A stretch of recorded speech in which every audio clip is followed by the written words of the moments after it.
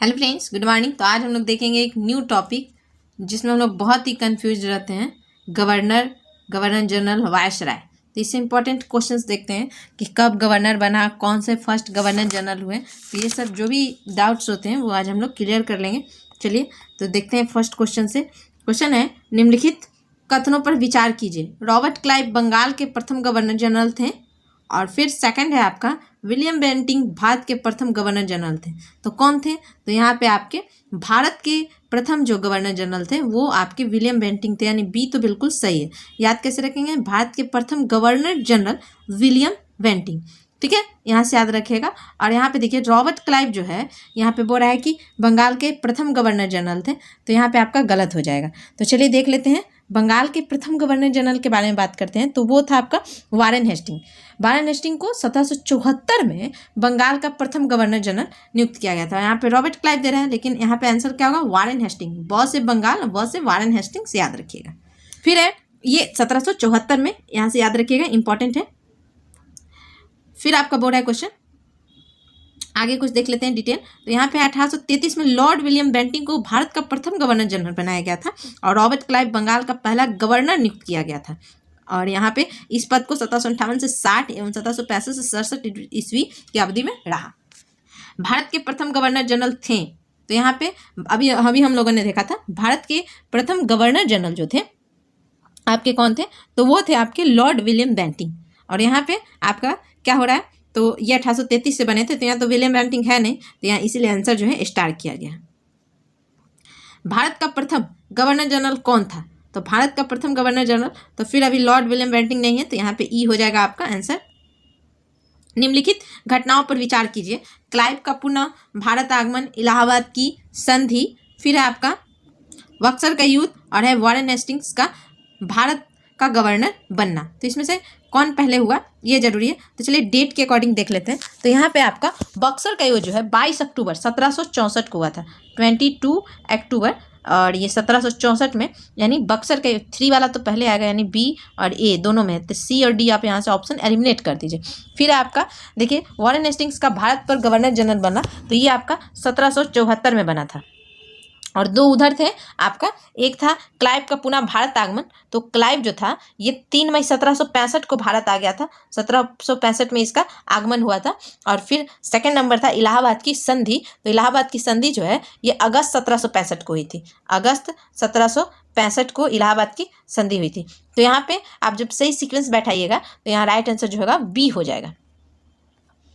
Next है, निम्नलिखित कथनों में कौन सही नहीं है? तो यहाँ पे गलत आपको बताना है। चलिए सही देख लेते हैं। जन प्रशासन की नींव वारेन हेस्टिंग्स द्वारा मजबूती से रखी गई, जिस पर ऊपरी संरचना कर्नवालिस ने की। फिर है, ईस्ट इंडिया कंपनी की असैनिक और सैनिक सुधार करने का श्रेय क्लाइव को दिया जाता है। ये भी सही है, ये भी सही है। फिर है आपका, आगे देखते हैं। फिर यहाँ पे बोल रहा है कि लॉर्ड विलियम बेंटिंक सबसे बड़े ब्रिटिश शासकों में से एक था, क्योंकि उसने भारत में ब्रिटिश साम्राज्य को संग्रहित किया। तो ये आपका गलत है। और लॉर्ड डलहौजी ने श्रुति के सिद्धांत के आधार पर ब्रिटिश साम्राज्य को समृद्ध क्षेत्र जोड़े। तो ये भी आपका सही, यानी सी यहाँ पे आपका गलत है। भारत में ब्रिटिश साम्राज्य का संस्थापक कौन था? तो यहाँ पे आपका ब्रिटिश साम्राज्य का संस्थापक जो था वो था आपका लॉर्ड क्लाइव। कलकत्ता में एशियाटिक सोसाइटी की स्थापना के समय बंगाल का गवर्नर जनरल कौन था? Lord Warren Hastings. सुरक्षा प्रकोष्ठ की नीति संबंधित है, तो वो है आपका वारेन हेस्टिंग्स से। रिंग फेस नीति का संबंध इनमें से किससे है? तो यहाँ पे भी आपका हो जाएगा वारेन हेस्टिंग्स। निम्नलिखित में से किसने बंगाल में द्वैत शासन प्रणाली को समाप्त किया?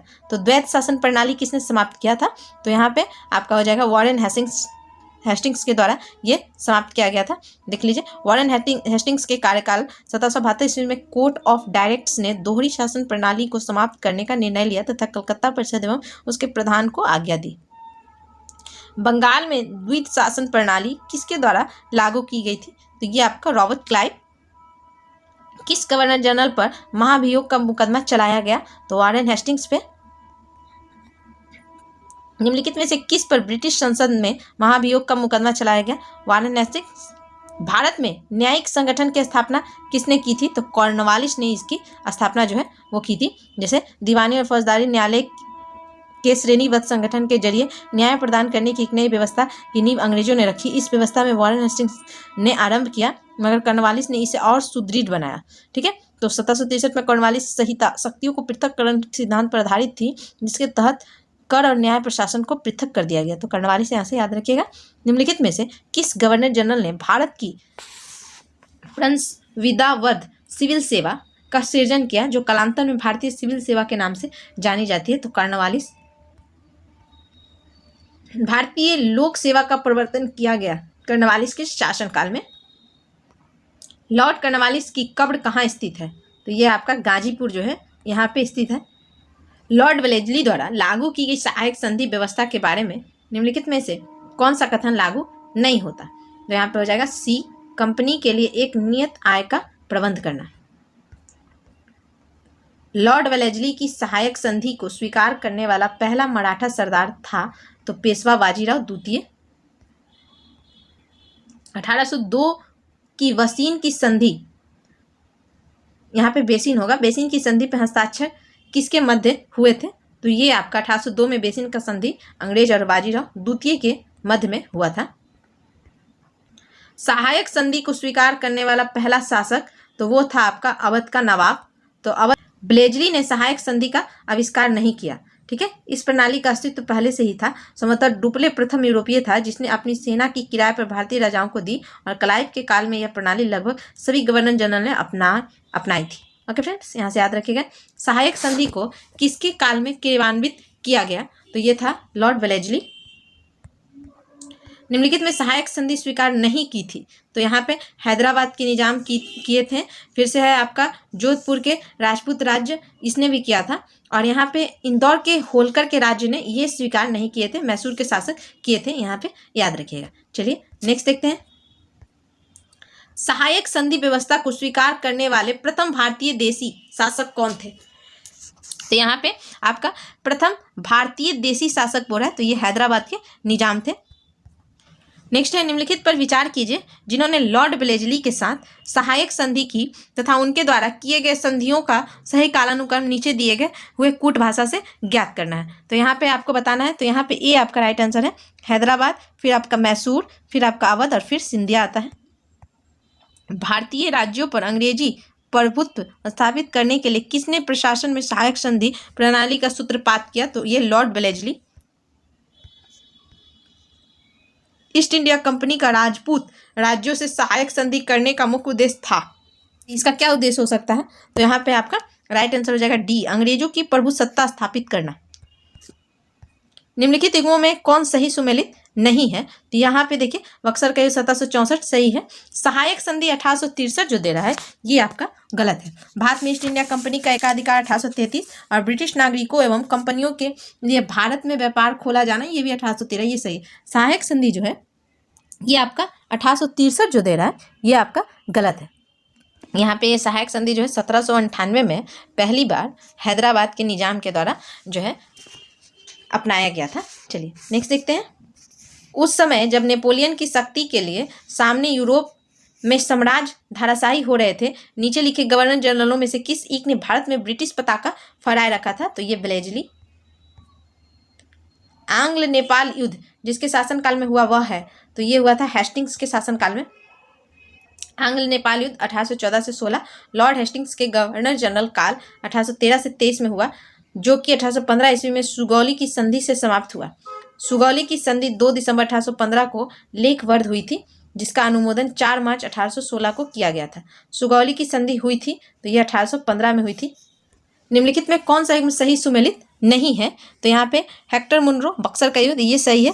लॉर्ड हेस्टिंग्स आंग्ल नेपाल युद्ध अभी हम लोगों ने देखा 1814-16। लॉर्ड वेलेस्ली चतुर्थ आंग्ल मैसूर युद्ध ये भी सही है। यहाँ पे डी जो है लॉर्ड कॉर्नवालिस तृतीय आंग्ल मराठा युद्ध जो दे रहा है यहाँ पे गलत है। तृतीय आंग्ल मराठा युद्ध 1817-18 में हुआ था, और इस समय जो थे वो आपके लॉर्ड कॉर्नवालिस के समय में नहीं बल्कि लॉर्ड हेस्टिंग्स के टाइम में हुई थी। ओके फ्रेंड, चलिए नेक्स्ट देखते हैं। तृतीय आंग्ल मराठा युद्ध संबंधित है, तो यहाँ पे लॉर्ड हेस्टिंग्स अभी आपने देखा ऊपर में गलत था। चलिए नेक्स्ट है, सर टॉमस मुनरो किस वर्षों में मद्रास के गवर्नर रहे? तो टॉमस मुनरो जो है ये 1820 से 27 मद्रास के गवर्नर रहे थे। तथाकथित कुशासन के आधार पर किस गवर्नर जनरल ने मैसूर राज्य के प्रशासन को ले लिया था? तो यहाँ पे आपका राइट आंसर हो जाएगा लॉर्ड विलियम बेंटिंक ने। निम्नलिखित बंगाल के गवर्नर जनरलों में से कौन एक तृतीय आंग्ल मैसूर युद्ध से संबद्ध है? तो यहाँ पे हो जाएगा लॉर्ड कर्नवालिस। ठगों के दमन निम्नलिखित में से कौन संबद्ध था? तो यहाँ पे हो जाएगा कैप्टन स्लीमैन। ठगों का उन्मूलन किसके नेतृत्व में हुआ था? तो कैप्टन स्लीमैन। सती प्रथा पर पाबंदी किसने लगाई थी? तो विलियम बेंटिंक ने। यह 1829 की बात है। सती को गैर कानूनी किसने घोषित किया था? William Bentinck. विलियम बेंटिंक के द्वारा सती प्रथा किस वर्ष समाप्त की गई थी? तो 1829 में। इनमें से किस वर्ष बंगाल के दासों के निर्यात को रोक दिया गया था? तो ये हो जाएगा 1789। लॉर्ड डलहौजी द्वारा अवध का अंग्रेजी राज में विलय निम्न में से किस रीति से हुआ था? तो यहाँ पे आपका हो जाएगा कुप्रशासन के कारण।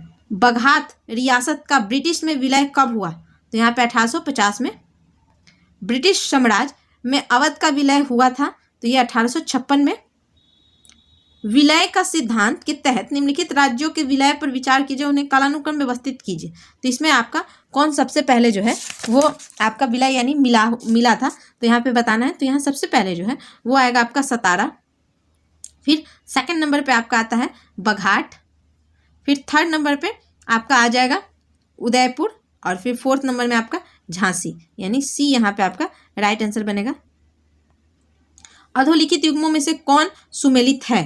तो यहाँ पे सुमेलित आपको पहचाना है, तो यहाँ पे आपका राइट आंसर 1856 अवध का विलय, ये सही है। निम्नलिखित में से किसने विलय की नीति नियोजित एवं क्रियान्वित की? तो यहाँ पे आपका हो जाएगा डलहौजी के द्वारा ये किया गया था।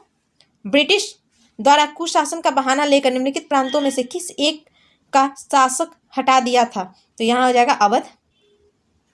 भारत में ब्रिटिश शासन के दौरान निम्नलिखित राजसी राज्यों के विलय क्रम पर विचार कीजिए। तो यहाँ पे आपका सी हो जाएगा राइट आंसर। सबसे पहले हम लोगों ने देखा था सतारा, फिर आपका आएगा संभलपुर, और फिर आपका झांसी सबसे लास्ट में।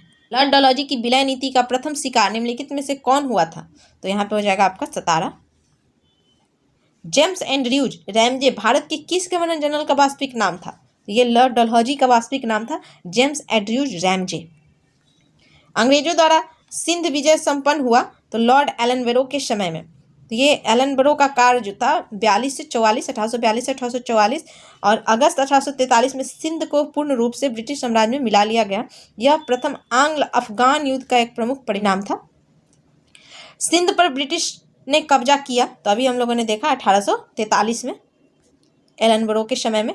सिक्किम का भारत में विलय किसने किया था? तो लॉर्ड डलहौजी ने।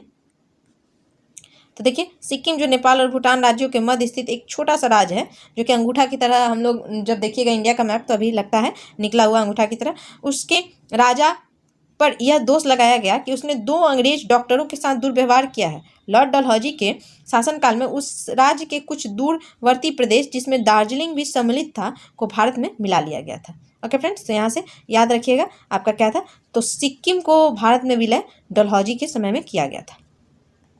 निम्नलिखित में से कौन सा अवध का ब्रिटिश रेजिडेंट था जब अवध का ब्रिटिश साम्राज्य में विलय हुआ? तो जेम्स आउटड्रम।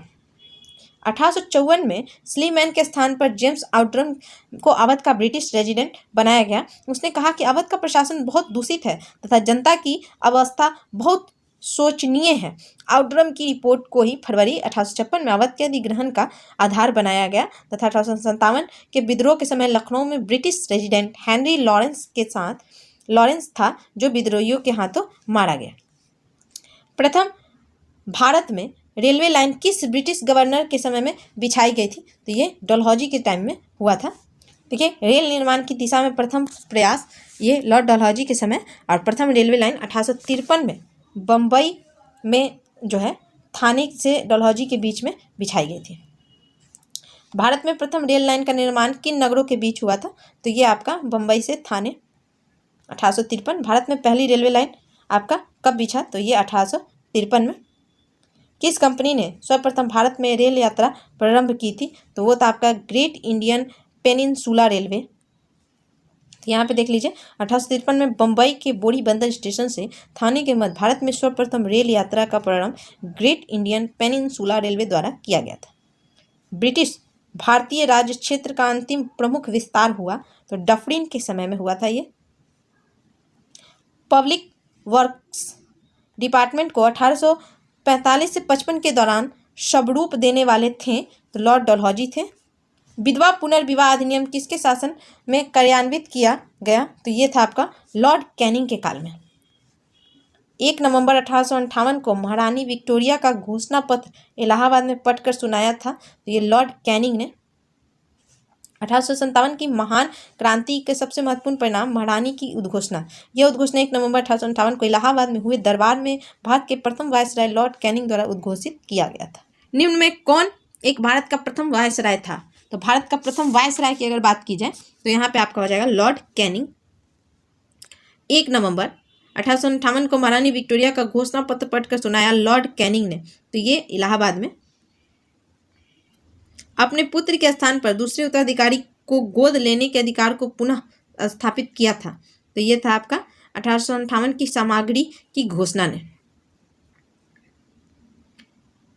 महारानी विक्टोरिया को भारत की सामग्री नियुक्त किया गया। तो ये 1877 में।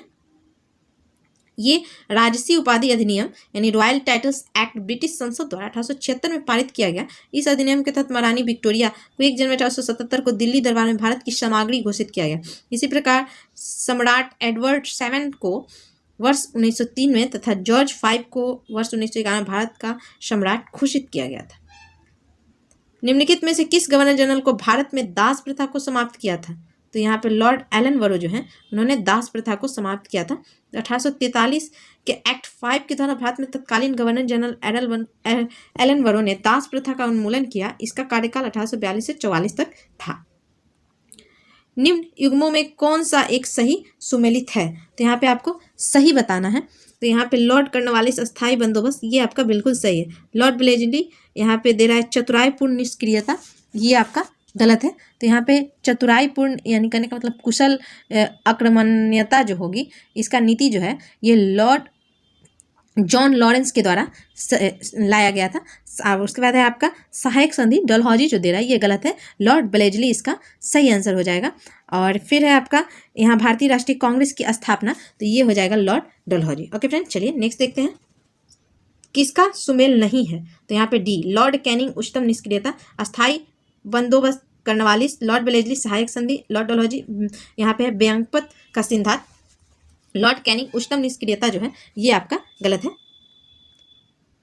अस्थायी बंदोबस्त किसके शासनकाल में प्रारंभ हुआ? लॉर्ड कर्नवालिस के टाइम, सही सुमेलित नहीं है। तो हेस्टिंग्स द्वितीय आंग्ल मराठा युद्ध जो दे रहा है यहाँ पे गलत है। तो द्वितीय आंग्ल मराठा युद्ध 1803 से 1805 ईस्वी के बीच लॉर्ड ब्लेजली के काल में हुआ था। ओके फ्रेंड्स, तो यहाँ पे हेस्टिंग्स जो दे रहा है ये आपका गलत है। पेशवाई को कब समाप्त किया गया था? तो ये 1818 में जो है ये समाप्त किया गया था। निम्नलिखित में किसने राजपुताना की देशी रियासतों के साथ वर्ष 1817-18 की अधीनस्थ संधि की बातचीत की थी? तो चार्ल्स मेटकॉफ के द्वारा। निम्नलिखित में कौन सुमेलित नहीं है? तो सर जॉन सोर आंग्ल नेपाल युद्ध, ये आपका गलत है। कर्नवालिस स्थायी बंदोबस्त, ब्लेजली सहायक संधि, हेस्टिंग्स तृतीय आंग्ल मराठा युद्ध, तो यहाँ पे ये आपका सर जॉन सोर जो है ये गलत है। तो हमको पता है जैसे कि 1814-16 में आंग्ल नेपाल युद्ध लॉर्ड हेस्टिंग्स के काल में हुआ था। निम्नलिखित में कौन एक सही सुमेलित है? तो यहाँ पे आपका सी हो जाएगा लॉर्ड ब्लेजली चतुर्थ आंग्ल मैसूर युद्ध। ओके फ्रेंड्स, चलिए नेक्स्ट देखते हैं। कुछ देख लीजिए, इंपॉर्टेंट है ये आपका। तो देखिए लॉर्ड एलन वरो सिंध का अंग्रेजी राज्य में अगस्त 1843 में विलय। फिर आपका लॉर्ड डलहौजी कुशासन के आरोप में 1856 ईस्वी में अवध का विलीनीकरण। फिर है लॉर्ड ब्लेजली चतुर्थ आंग्ल मैसूर युद्ध 1799 और लॉर्ड हेस्टिंग्स तृतीय आंग्ल मराठा युद्ध 1817-18 में हुआ था। कौन सही सुमेलित नहीं है? तो यहाँ पे आपका डी हो जाएगा लॉर्ड लीटन प्रथम आंग्ल अफगान युद्ध का प्रारंभ होना, ये आपका गलत है। डलहौजी अवध का विलीनीकरण, डफरिन राष्ट्रीय कांग्रेस की स्थापना और यहाँ पे विलियम वेंटिंग चार्टर एक्ट 1833 में पारित होना, तो यहाँ पे ये आपका गलत है। कौन चतुराईपूर्ण निष्क्रियता की नीति के साथ जुड़ा है? तो यहाँ पे हो जाएगा आपका जॉन लॉरेंस। भारत में अंग्रेजों के समय में प्रथम जनगणना हुई थी, तो ये आपका यहाँ पे आपका हो जाएगा लॉर्ड मेयो के कार्यकाल में। तो यहाँ पे ये प्रथम जनगणना लॉर्ड मेयो 1869 से 72 यानी ये कहा जा इनका कार्यकाल है 69 से 72, लेकिन प्रथम जनगणना 1872 में हुई थी, किंतु लॉर्ड रिपन के काल में नियमित जनगणना 1881 में हुई थी। अगर नियमित पूछेगा तो 1881 याद रखेगा। वह कौन व्यक्ति था जिसने भारत में पहली बार जनसंख्या की जनगणना करवाई? तो यहाँ पे हो जाएगा लॉर्ड मेयो। किस वायसराय की हत्या अंडमान निकोबार द्वीप समूह में जब वे भ्रमण पर थे एक दंडित अपराधी द्वारा की गई थी? तो लॉर्ड मेयो के।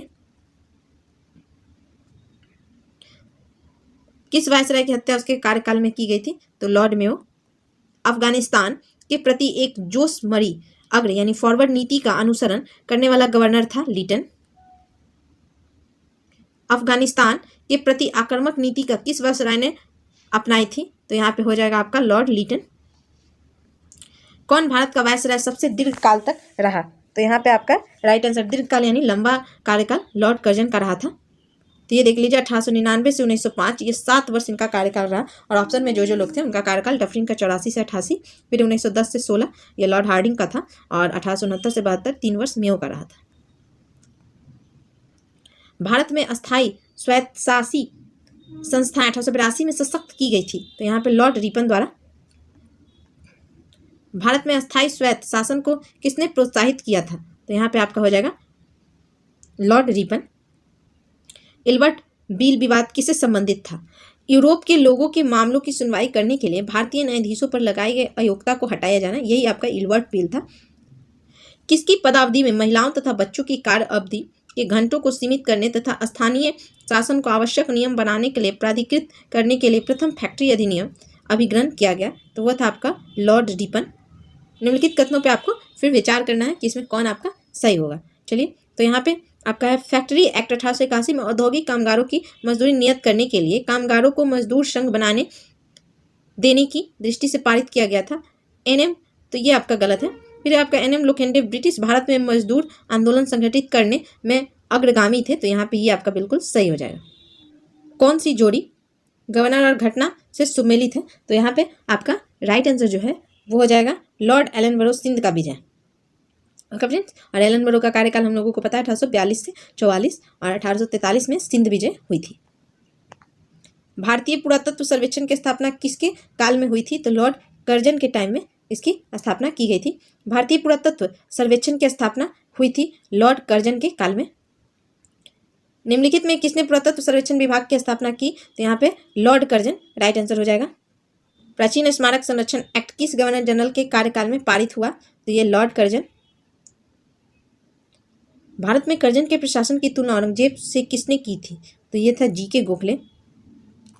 तो यहाँ पे जो आपका लॉर्ड कर्जन ने अपने वायसराय काल 1899 से 1905 में भारतीय जनमानस की आकांक्षाओं को पूर्णतः अवहेलना करते हुए भारत में ब्रिटिश शासन को सुदृढ़ करने का प्रयास किया। तो गोपाल कृष्ण गोखले ने कर्जन के प्रशासन की तुलना मुगल सम्राट औरंगजेब से की थी। इंपीरियल कैडेट कॉर्पस की स्थापना किसने की? तो लॉर्ड कर्जन ने। लॉर्ड कर्जन ने 1901 में इंपीरियल कैडेट कॉर्पस की स्थापना की। इसका उद्देश्य देसी नरेशों के राजकुमार एवं सामंतों के पुत्रों को सैनिक शिक्षा का प्रबंध करना था। भारत में ब्रिटिश साम्राज्य के दौरान निम्नलिखित वायसरायों पर विचार कीजिए। तो यहाँ पे ब्रिटिश वायसराय पे आपको विचार करना है। तो यहाँ पे आपका कालानुक्रम इसको सजाना है। तो यहाँ पे सबसे पहले जो है देख लेते हैं, जैसे लॉर्ड कर्जन, तो इनका काल 1899 से 1905 तक था। फिर आपका सेकंड नंबर पे आते हैं लॉर्ड हार्डिंग, तो इनका कार्यकाल था 1910 से 1916। थर्ड नंबर पे आपके आते हैं लॉर्ड चेम्सफोर्ड, जिनका कार्यकाल था 1916 से 1921। और फिर लॉर्ड इरविन, जो कि 26 से 31 इनका कार्यकाल रहा, यानी फर्स्ट, सेकंड, थर्ड और फोर्थ। ओके फ्रेंड्स, यहाँ पे आपका राइट आंसर जो है ए हो रहा है। नेक्स्ट है असैनिक प्रशासन 1905 के संदर्भ में कौन सा कथन सही है? तो यहाँ पे लॉर्ड कर्जन के प्रांतीय सीमाओं को पुनर्गठित करने का निर्णय लिया गया, ये सही है। पूर्वी बंगाल और असम नामक एक नया प्रांत बनाया गया, ये भी सही है, यानी बी यहाँ पे आपका राइट आंसर हो जाएगा। नेक्स्ट है फूट डालो और राज करो की रणनीति अपनाई गई थी। तो यहाँ पे आपका लॉर्ड कर्जन और लॉर्ड मिंटो दोनों के द्वारा, यानी यहाँ पे आपका ए या बी दोनों यहाँ पे आपका राइट आंसर है। देखिए, फूट डालो राज करो की रणनीति लॉर्ड कर्जन एवं लॉर्ड मिंटो दोनों द्वारा अपनाई गई। इस नीति के तहत मिंटो ने पृथक निर्वाचन प्रणाली को प्रोत्साहित किया। लॉर्ड कर्जन के शासनकाल में ब्रिटिश सरकार ने स्पष्ट रूप से मुस्लिम समर्थक और हिंदू विरोधी नीति अपनाई थी। ओके फ्रेंड्स, मुझे विश्वास है कि कांग्रेस अपने विनाश की तरफ जा रही है और मेरी यह बड़ी इच्छा भारत में रहते होगी कि इसके शांति प्रिय निधन के लिए इसका सहायक बनूं। यह किसने लिखा? तो ये आपका लॉर्ड कर्जन के द्वारा लिखा गया है। इनमें से किस गवर्नर जनरल ने सबसे पहले पृथक निर्वाचन मंडल की व्यवस्था मुसलमानों को जीतने व उन्हें कांग्रेस के विरुद्ध करने के लिए इस्तेमाल की थी? तो यह हो जाएगा लॉर्ड मिंटो। निम्नलिखित में कौन भारत का एकमात्र यहूदी वायसराय था? तो लॉर्ड रीडिंग। निम्नलिखित युग्मों में से कौन सा एक सही सुमेलित नहीं है? तो यहाँ पे आपका राइट आंसर जो हो जाएगा सी, वर्नाक्युलर प्रेस एक्ट कर्जन जो दे रहा है यहाँ पे ये गलत है, जबकि वर्नाक्युलर प्रेस एक्ट का संबंध लॉर्ड लीटन के काल से संबंधित है। ये 1878 का संबंध है। पिट्स इंडिया एक्ट वारनेस्टिंग सही है। यहाँ पे डॉक्ट्रिन ऑफ लैब्स डलहौजी और इल्बर्ट विल रिपन, ये तीनों आपका सही है। निम्नलिखित में कौन सा एक सुमेलित नहीं है? तो यहाँ पे नहीं आ रहा है, तो यहाँ पे आपका राइट आंसर जो हो जाएगा वो हो जाएगा D, vernacular press act Curzon जो दे रहा है ये गलत है। अभी हम लोगों ने देखा वर्नाक्युलर प्रेस एक्ट जो हो जाएगा वो किससे संबंधित है? लॉर्ड लीटन से। ठगी का दमन William Bentinck, Ilbert bill Ripon और यहाँ पे रिंग फ्रेंस की नीति वॉरेन हेस्टिंग्स। ब्रिटिश भारत की राजधानी का कलकत्ता से दिल्ली स्थानांतरण किसके काल में क्रियान्वित हुआ? तो ये होगा कि आपका लॉर्ड हार्डिंग के टाइम में। सही जोड़े बनाइए तथा नीचे दिए गए कूट से सही उत्तर चुनिए। ओके फ्रेंड्स, चलिए तो यहाँ पे देखते हैं। तो यहाँ आपका चूक का सिद्धांत, हड़प नीति, डॉक्ट्रिन ऑफ लैम्प्स, तो ये आपका किससे मैच हो जाएगा? तो ये आपका डलहौजी से। नेक्स्ट है बंगाल का विभाजन, तो ये आपका मैच कर जाएगा लॉर्ड कर्जन। बंगाल में दोहरा शासन, ये आपका क्लाइव। और सामाजिक सुधार वैंटिंग, ये आपका सही सीक्वेंस बनेगा।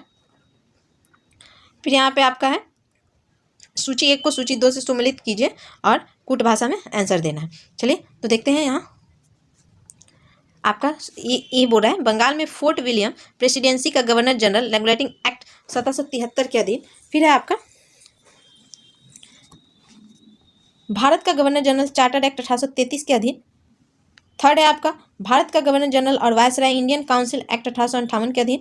गवर्नर जनरल और सम्राट का प्रतिनिधि गवर्नमेंट ऑफ इंडिया एक्ट 1935 के अधीन। ये सूची 1 था और नीचे आपका सूची 2 दिया हुआ है। आर्कीवॉल, प्रोविंशियल वेवल, बाइक काउंट और अर्ल वेवल, तो यहाँ पे ये सब दिया हुआ है। सूची 1 को सूची 2 से मिलाना है। तो 1 नंबर जो था आपका बंगाल में फोर्ट विलियम प्रेसिडेंसी का गवर्नर जनरल रेगुलेटिंग एक्ट 1773 के अधीन, तो यहाँ पे ये जो है मैच करेगा 3 से, चार्ल्स कर्नवालिस, कर्नवालिस का दूसरा अर्ल और पहला मार्क्सिम। नेक्स्ट था हमारा बी, भारत का गवर्नर जनरल चार्टर एक्ट 1833 के अधीन, तो यहाँ पे ये आपका मैच कर जाएगा 2 से, James Andrews, brown, Ramsay, Dalhousie का अर्ल और मार्क्सिम। तो आपका सी नंबर भारत का गवर्नर जनरल और वायसराय इंडियन काउंसिल एक्ट 1858 के अधीन, तो ये आपका मैच कर जाएगा गिलबर्ट जॉन, इलियट मरे, कनिन मांड, मीटो अर्ल।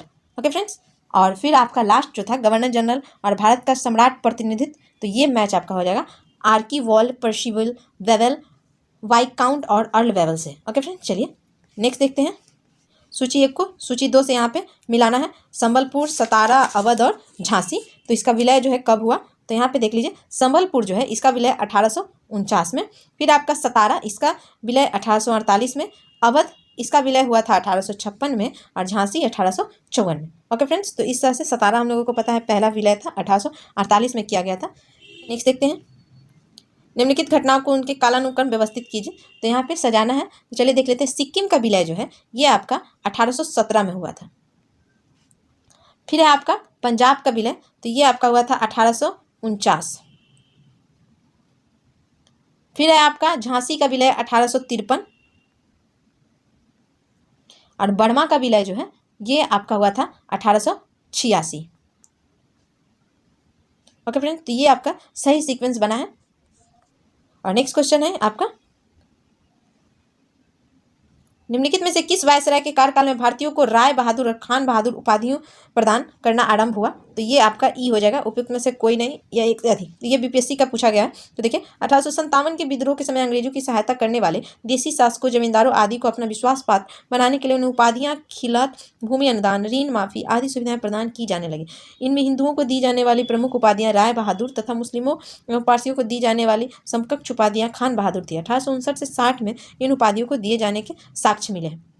ओके फ्रेंड्स, तो ये 1859 और 60 की बात है, तो यहाँ से हम लोग याद रखेंगे। चलिए, तो ये हम लोगों का इंपॉर्टेंट गवर्नर जनरल और वायसराय से संबंधित क्वेश्चन से। नेक्स्ट जो है वो देखेंगे ब्रिटिश शासन का भारतीय अर्थव्यवस्था पर क्या प्रभाव पड़ा, यानी इकोनॉमिकल सेक्टर पे क्या आपका प्रभाव पड़ा, ये देखेंगे। इससे पहले आप हमारे चैनल पर न्यू हैं तो शेयर कर दीजिए, लाइक कर दीजिए और सब्सक्राइब जरूर कीजिएगा। तो मिलते हैं नेक्स्ट डे नेक्स्ट वीडियो में, तब तक के लिए थैंक यू।